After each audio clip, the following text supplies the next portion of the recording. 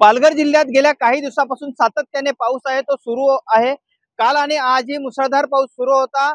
आताही हवामान खात्याकडून जो रेड अलर्ट आहे तो पालघर जिल्ह्याला घोषित करण्यात आलेला आहे। एकूणच पाहायला गेला तर हा पाऊस जो सुरू आहे त्याचा परिणाम म्हणून जिल्ह्यातील नदी नाले आहेत ते ओसंडून वाहायला सुरुवात झालेली आहे।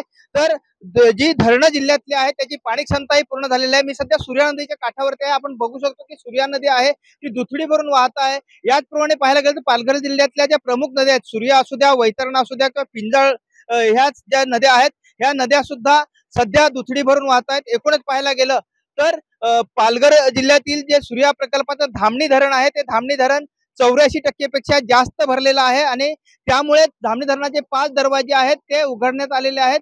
धामणी आणि कवडास या दोन्ही धरणांमिळून सूर्या नदीमध्ये सध्या 45,000 क्युसेक पाण्याचा विसर्ग आहे तो करण्यात येतोय। एकूणच पाहायला गेलं तर ह्याच पाण्याचा जो उपयोग आहे तो पिण्यासाठी केला जातो आणि ते पाणी आहे ते वसई विरार महानगरपालिका असू द्या किंवा पालघर जिल्ह्यातील प्रमुख जी शहरं आहेत त्या शहरांना पाणी पुरवठा केला जातो। त्यामुळे ह्या सर्व शहरांची तहान आहे ती भागलेली आहे।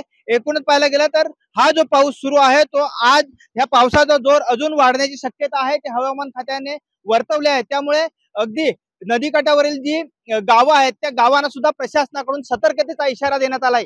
संतोष पाटील, एबीपी माझा, पालघर। एबीपी माझा, उघडा डोळे बघा नीट।